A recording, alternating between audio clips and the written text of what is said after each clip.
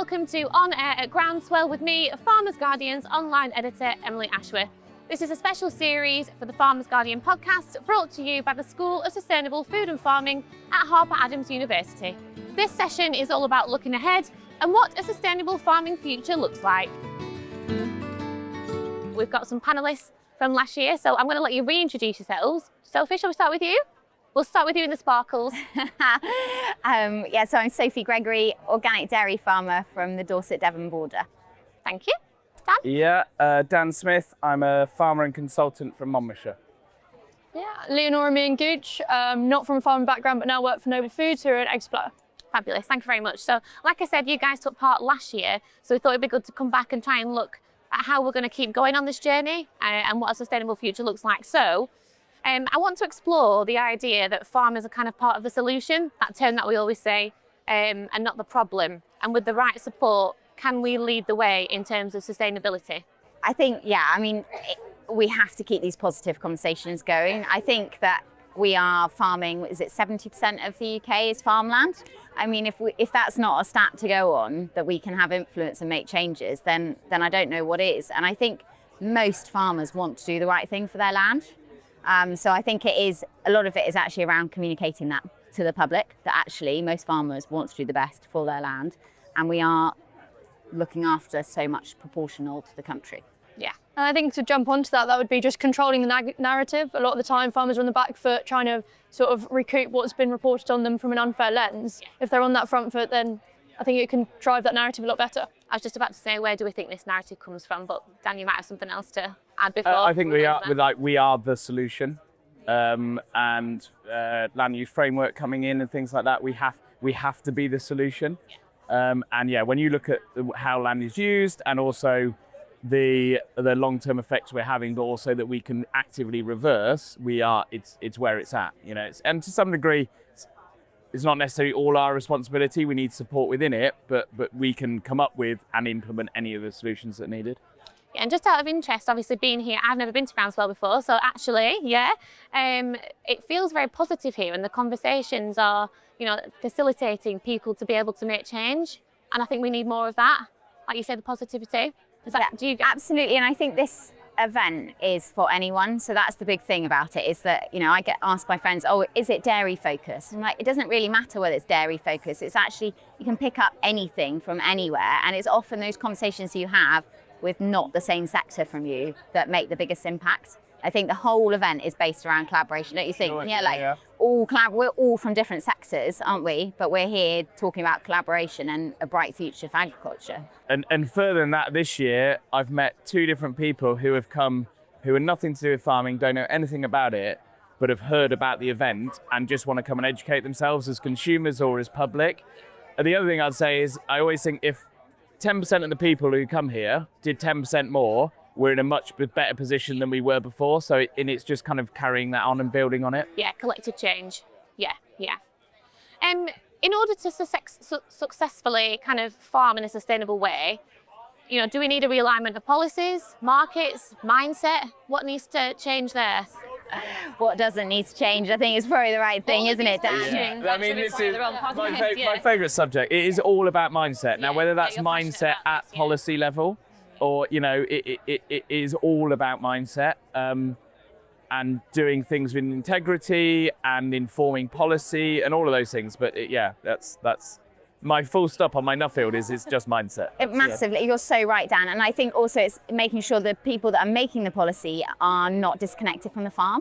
So they really, and it's the same with the people selling our produce, is that we need to make sure they are connected on farm, getting on farm regularly to understand the problems we've got, because making policy in an office in London is not really going to do the right thing for us, is it? We've got the least amount of rural constituents, representatives in Parliament right now. Getting them out on farm is just so important. I think it's like keeping the open lines of communication, and the new government coming in, I think a lot of them were scared of farmers and scared of that. And it's just sort of opening doors, say, look, blank slate, what can we do together to move forward, rather than just being he said, she said, party politics. Just the polarisation of politics now, that's what you've just got to get away from, to just be more open. How do we begin to, and I guess then I'm coming back to you slightly, just because I've spoken to you recently as well, but in terms of mindset change, it sounds quite easy when you just say it, but actually, how do you even start somebody on the path of change? Yeah, great question. I think we have to get to really what's motivating farmers, and I don't think we're talking enough about the economics of it, and how some of this stuff fits into that. I think if we're talking specifically sustainability environmentally, like good governance over other markets, private finance is really needed to start talking about that. But actually, farmers tend to only do things if they can see it. So it's all about the knowledge transfer. It's all about the kind of open lines of communication, as you say, and getting not just farmers, but everybody on farms to actually really understand this stuff and how it can create change. Yes, yes. What about from a government level? How are we going to kind of continue that line of communication? Because we all know how difficult it feels. What do you think we can do to kind of get over that bridge? I think it's just sort of, I've just heard Steve Reed speak maybe 20 minutes ago and saying he wants the panels of experts, he wants Minette Batters, driving that farm profitability survey and getting everyone engaged. And I think that's completely the right direction to go in. If you don't know about it, ask someone who does. It's standing up and saying, I don't know. I think that's a really powerful thing, because then people aren't afraid to get it wrong. Yeah, absolutely. Yeah, and I think if every farmer had their MP on farm once a year, I know we are so busy and there's only so much bandwidth, but as part of our co-op, we encourage people to have their MP on farm, because farming is so touchy-feely, seeing, like Dan was saying, it's that clear communication, isn't it? And it's actually seeing it for themselves. And I think you can have a massive impact by just opening your gates, and whether it's MP or public. The power of story and the kind of, I actually think we need these communication streams to be really positive ones, rather than the kind of, I'm not sure, we've done a lot of shouting and we've done a lot of, and I'm actually not sure that that's what's going to cement the change we need going in for the long term. So yeah, that engagement, getting people on farm, all the policy levels discussions I have are generally quite positive and kind of, people want to see it and we need to engage with it, basically. Yeah. Proactive. I also think that social media gets a real bad rap sometimes around, people on it too much and things, but actually the right type of positivity, we can't get away from how our kids are consuming their next, what's going on, really. So we might as well use that to our advantage. We need people out there talking positively about our industry.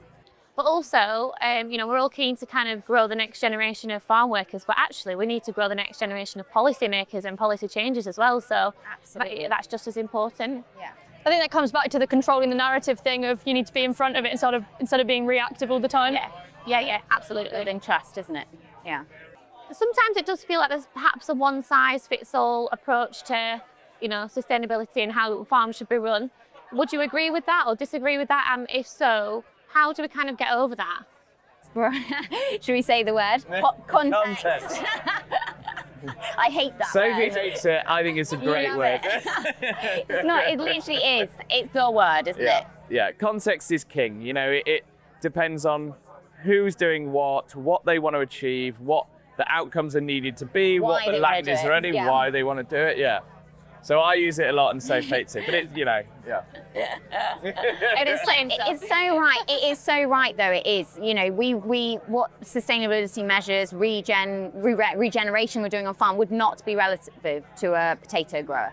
I'm not going to be doing I'm not going to be changing the way I'm establishing my herbal lays. They're probably not even going to think about herbal lays. It's just a totally different conversation. But we can all learn from each other. There'll be things that I could learn from them. They could definitely learn from me. But it is definitely context. I think from a poultry point of view, everyone's always sort of on going to regen stuff, and maybe poultry can't be regenerative, but it can be as nature friendly and as delicate and sustainable as it can, because sustainability is more efficiency than anything. There's just sort of that reframing again, getting people on board for this will be better for your business as well as the planet and the consumer. Why wouldn't you? Yeah. In terms of looking forwards, we've got a lot to deal with already, but we also need to, understand that we do need wider audiences to kind of understand our role. Is that where a successful future lies, do you think, in a wider understanding of what we're doing sustainably on farm, and how do we kind of convey that? I mean, I loved your regen episode. I think it's really, we need press to look at every angle, basically, don't we? We need to be on, it shouldn't be them and us, it should be very much, and it's case studies, isn't it, as well, Dan? You must, in your work. Yeah, sure. It's part of the puzzle, but there's a lot, think sometimes some of this stuff is a bit woolly and a bit, we do need it at all levels. And certainly if we look at the chicken sector, because it's just been mentioned, actually the gains that we can make in kind of feed quantities or additives that are going in, and then manure handling, and it is all part of a much bigger picture. And actually some of it we probably need to be a bit harder lined on, and some of it we need to allow to be more outcome focused. And that engagement piece would be a part of that. But I think, yeah, there's quite a few more levels to get to complete the picture, I would suggest. Just out of interest, obviously this is 1 year on, rogue question. Have you guys learned anything yourselves in the past year or implemented anything new? I think you're always learning something new. If you haven't learned something in a year, then you're probably in the wrong spaces, I feel. I mean, we're laughing because we've had a year's travelling for Nuffield, and I know less now than I did a year ago, and I certainly have more questions, and I've seen amazing and terrible stuff all over the world, and we've got to produce a report about some of this stuff, mine specifically about Regen Ag, and yeah, there's a lot of stuff going on in this space, and there's a lot of noise, yeah. And I think for me, I've spent the last 18 months exploring what the future of organic is and how that fits with sustainability and all of the regen and everything. And actually, we've just taken on a conventional dairy, and people were like, oh God, isn't that a bit conflicting? But actually, I think that context, that word, for that farm is right. And we can be regenerative without being organic. There are crossovers, there's things I can learn from the way we farm. We won't do it very differently, but I will feed the plant when it needs it. It just suits that farm. So I've seen, you can do organic very badly, you can do conventional very badly, but we all, it's about, like you were saying earlier, it's about efficiency, and sustainability is a big link to that. Yeah. I guess sustainability as well, in terms of the future workforce, I'm kind of going to talk to you about this, I think, but how do we approach that? Because, everything that we're talking about could be a really attractive opportunity for people who aren't part of farming right now. Yeah, and I think it is growing. I grew up in London, so it's a very different, basis to talk to. And there, more and more, I started this journey 5 years ago, getting into it, and everyone's like, what are you doing? What are you doing? And then now people are actually engaged in the conversations of, oh, I understand a little bit more now, and asking more questions, just being more engaged, because it's an everyday conversation from supermarket to Clarkson's farm. I know everyone talks about it constantly, but that is the driver of why people are talking about it. Yeah. It's that visibility. Yeah. And actually having conversations with guys leaving school, going to colleges, university, they know way more than I do about sustainability, and they're generally much more engaged as a basis. It's actually how do we fit that into agriculture? How do we retain them, but also empower them still to do the really good things by the time they've left education? And I think that's more to do with our education system and what they're doing at that point. Yeah, I would agree. Yeah, it's just, I think events like this, like people talk about this regen word, and some people like it, some people don't. But if it's like attracting people who wouldn't even have thought about farming, it's great. Yeah, absolutely. Last night, better than Glastonbury. It really was. It really was. And what can you say that about another sector? It's fun. Yeah. I'm going to take your word for it because I was in bed. But next year, yeah. To get to a place then where someone just mentioned the word empowerment, I think it was you, Dan, where farmers do feel empowered and confident to run the businesses in a sustainable way, what are the next steps to actually making that happen? Because I do think that sometimes the confidence thing is quite a big thing, because making that change, risk management, all that sort of thing. It's been seriously tough year for farmers for many reasons. It's really hard to trust external stakeholders in this scenario. With that becomes opportunity and movement, and I think that's coming. But, look at SFI, that really dented a lot of progress, and for many reasons. So actually, I think integrity and clarity is what is needed for the next 12 months for some of these things to actually make people feel like they can do them. And be able to plan, because I think that's for sure, to be able to budget and to be able, it's farming's a long-term game, isn't it? It must be from chickens to crops to dairy, nothing is short-term. It's big investments, it's long-term. And I think that we need trust, like you were saying, integrity and trust. We need something that's going to last longer than a couple of years. It needs to be something supporting us long-term so we can invest to make our businesses more sustainable. Yeah, yeah. May I ask just what sustainability actually means to you? I think I touched on it earlier. I think it is that efficiency thing. It's efficiency, and sort of being sustainable business means you're going to be there in 5 years. It's not just about the land or the crops or the animals you're working with. It's your business itself has to be sustainable to make any progress. I mean, I think me and Dan will say the same thing. It's split into environmental, social, and bottom line. So let's not shy away from the dirty word of profit. It needs to be. It's not charity. You can't be green if you're in the red. You know, these as farmers, it has to pay. We have to make a profit. We have to look after our families just as much as anyone else. We have to, and all the other considerations go along with it. But without that leg of the stool being profit, it'll fall over. You know. And that comes with stability. It comes with the ability to plan and stable markets to some degree. And you know, there's quite a lot of stuff that we can't control within that. If that's controlled for us in a really positive way, we can take the risk to make the gains that are wanting to be seen. Whereas actually, where it's not stable, that risk that we're prepared to take it lessens basically. Yeah. Is that fair? Yeah, I think that's really fair. I think the red-green comment was great. I think we shy away from that profit thing because it's like embedded, it's like a lifestyle. It's not a lifestyle, it is a business. We live on the farm. It's a very unique situation. A lot of us live on farm. So it's that detachment, isn't it, that actually it needs to make money. You know, and you're right, because that term's used a lot, isn't it? It's a lifestyle, not a job. And yeah, it might be, but it's a business. We still need to eat. Yeah. So yeah. Just before I give you my last question, what do you perceive as like the biggest obstacles that we're going to have to get over in the next, the near future? I think it's always something unforeseen. You could sit here and plan for all the things you think might happen, policy change, drought, flood, everything, but it's going to be the thing you never expected, comes and blows you out the water every time. Yeah, to that point, that always the most progressive or most long-lasting farmers are almost the most adaptive. They're never the hardest yielding. They're never, they're the most adaptive. And when times are changing and we have pressures from all sorts of places, if you can adapt to that, see opportunity, then you'll be all right. Yeah, I think that's really fair. That adaptive comment is really important because I think that farming is very traditional, as in the way things have been done for a long time. And actually it takes a lot of mindset, like you say, shift to come out of that tradition. So I think the ones that are going to be there in the future are the ones that are able to see out and have a look at other opportunities, but also adapt to the climate, like you're saying, the climate, things that we can't control as farmers. Yeah, okay. Well, I'm going to finish with a question that I didn't tell you about, but we've been asking every single panel the same question at the last bit. If you could sum up the future of farming in 3 words, what would those 3 words be? It's a hard one, that one.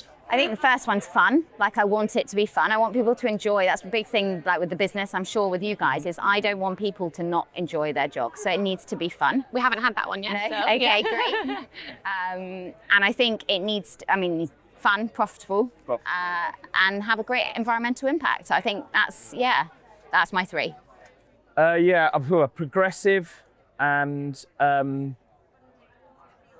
challenging, but maybe not for the reasons that you might think. And fun. It should be. We should be something we're proud of. Maybe I use proud instead of fun, but for those reasons. And along the same lines, I'd say rewarding. That is the one thing. It's sort of great. It keeps bringing people back in. And then it would be a little bit turbulent, but I think that comes into the funness. You've got to like a bit of chaos to do it. You've got to be a problem solver, and I think that is the fun of it. Definition. That's the fun of it. So I would take them too. My middle name. And the third one is just future-proof. I think future-proofing farming is really important, and everyone sort of subscribing to that would really help. Yeah, cool. Well, thank you very much, everybody. Thank you. Thank you for having us. Thank you for joining us. You can check out all the other episodes in the On Air at Groundswell series now. If you want to learn more, you can search for the School of Sustainable Food and Farming. Thank you and goodbye for now.